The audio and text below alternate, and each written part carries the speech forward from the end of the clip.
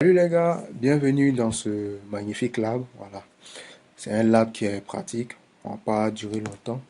Il s'agit d'un lab sur Etherchannel. Ok, ce lab-là, on va nous permettre de créer Etherchannel en utilisant le protocole LACP.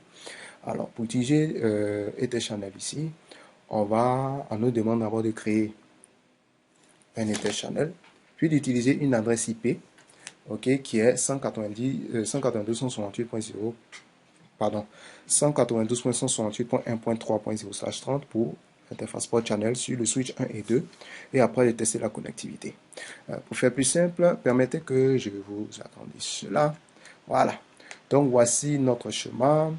Donc voilà les channels qu'on a créés et on va tester la connectivité. Donc comme vous voyez automatiquement par défaut, tout ce qui a été fait ici, c'est que du spanning tree. C'est pas de l'Etherchannel proprement dit.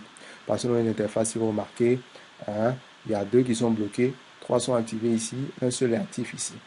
Ok, voilà. Donc ce qu'on va faire, on va tout simplement configurer notre Etherchannel. Donc on va aller étape par étape. Donc pour cela, on rentre dans notre switch. Donc je vous préviens en même temps, hein, parce que mon ordinateur va parler. Il va commencer à parler pour chaque commande que je vais taper. Donc je ne veux pas que ça soit une gêne pour vous, mais j'ai essayé d'enlever cette fonctionnalité, mais vraiment, j'y arrive pas. Donc, peut-être si vous avez une idée de comment retirer cette fonctionnalité-là, données qui parlent, voilà, VoiceOver si vous voulez, euh, déjà, vous pouvez me faire savoir dans les commentaires, mais je ne veux pas, voilà, créer d'amalgame. Donc, sur ce, c'est parti pour le lab. Please en serve. Switch. Ok, c'est parti. Donc, En switch. Converter en déconfiguration comment. One purpose SNS. Config. ok. Donc, voici la configuration du switch 1. C'est bon? Puisque ce sont les switches de niveau 3, donc c'est parti. Donc pour cela,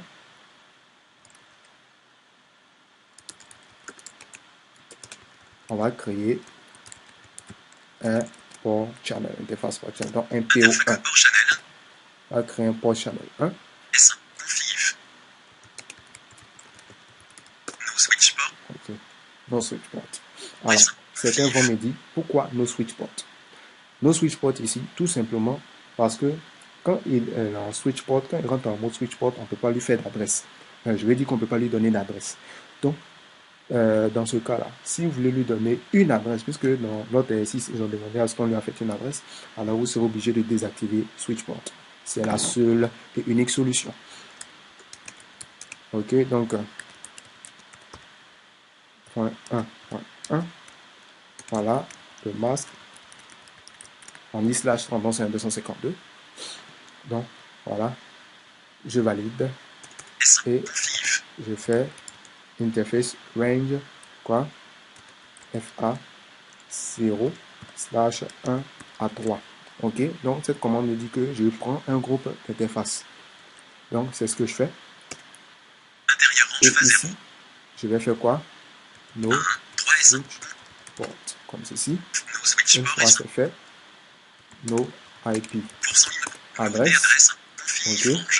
Donc, et maintenant, puisque je l'ai fait, donc je vais faire quoi? Je vais activer maintenant. Donc pour ça, channel group 1.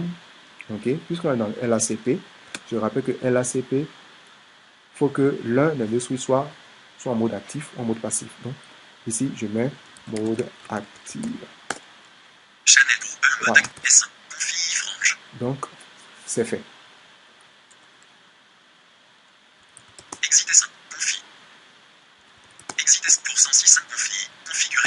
Donc, voilà.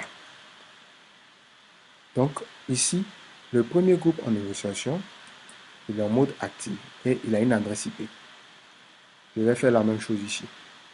Donc, si c'est du 100 mégabits Ethernet, on aura 300 mégabits Internet qui vont circuler. 300 mégabits autant pour moi qui vont circuler. Donc, voilà. Switch. En switch. Converter en déconfiguration comment. One mode. Ok. Donc, je configure maintenant notre switch ici. Donc pour ça, je fais interface port channel 1. OK? Je crée un port channel. Le port channel ici va représenter le groupe d'interface. Le port channel représente le groupe d'interface. Donc c'est dans le port channel qu'on va avoir différents groupes d'interface. On va vérifier ça à la fin. Donc soyez connectés. Interport channel S2. En faisant ça, Config. on va faire la même chose. S2. Config. OK? Donc l'adresse et le masque. Une fois c'est fait, 192. OK. No switch Switch port. pour 101 complète commande. S2. Config. No switch port. Voilà. S2. Config. Oui, oui. Ah, S2. Config. oui. J'ai sauté d'abord interface range A0/1 à 3. Intérieur range phase 0. OK. No 3 S2. switch. No switch. Voilà. Fait du no switch Pour 100 port. proto 5 down. No et Et adresse. adresse 2. Et Config. maintenant, S2. on va dire que pour ce groupe-là, OK, parce que la création de ce groupe-là va se faire au niveau de l'interface. Donc, pour cela, on fait channel groupe 1 mode facile. Channel groupe 1. Et c'est fini. NS2. Pour 106 config. Configurate from console by console. Voilà, voici ça. Voilà ce qu'on a fait. Donc après maintenant, il va falloir qu'on teste notre connectivité, puisqu'on a les adresses IP. Donc, ok, donc voilà la configuration terminée. Donc on peut vérifier. Permettez, comme ce sont des suites de niveau 3. Ok. On va vérifier ça. Donc voici dans notre lab comment vérifier tout ceci. Donc on tape la commande show ether channel. Ok. Show ether channel ici va nous donner la liste. Donc on a un groupe, 3 ports, ok. Et le protocole qui est utilisé. Donc je fais show ether channel summary comme ceci. Donc voici show ether channel summary. Donc, on a différents, on a notre légende ici. Donc, l'agrégateur de lien, on en a un. Et ici, vous avez le groupe, le port, ok, tout ce qui est utilisé. Donc, regardez, le groupe 1, port channel 1, on met RU. Alors, pourquoi RU? On va regarder dans la légende. Le R, ça correspond à quoi? Le R correspond à couche 3, comme vous le voyez ici. Ok, et vous avez le U qui est là. Le U correspond à ça. Je dis in-use, donc qui est utilisé. Le protocole, ça c'est le protocole de Ether Channel qui est utilisé. Et maintenant, voici les ports qui sont choisis. Donc le P. Le P ici, le P c'est quoi? P, le port in channel. Ok? Donc, ça veut dire quoi? Que nos ports fonctionnent. Ok? Nos ports fonctionnent. Donc, pour les suites de niveau 3, chez moi ici, sur paquet transfert, c'est resté orange. Je croyais que ça allait rester vert, c'est resté orange. Mais ça fonctionne. Ok? Donc, n'ayez pas peur. On va encore regarder quelque chose. Tu fais show ether channel pour channel 1, par exemple. Non, pardon. Pour channel 1, comme ceci. Ok.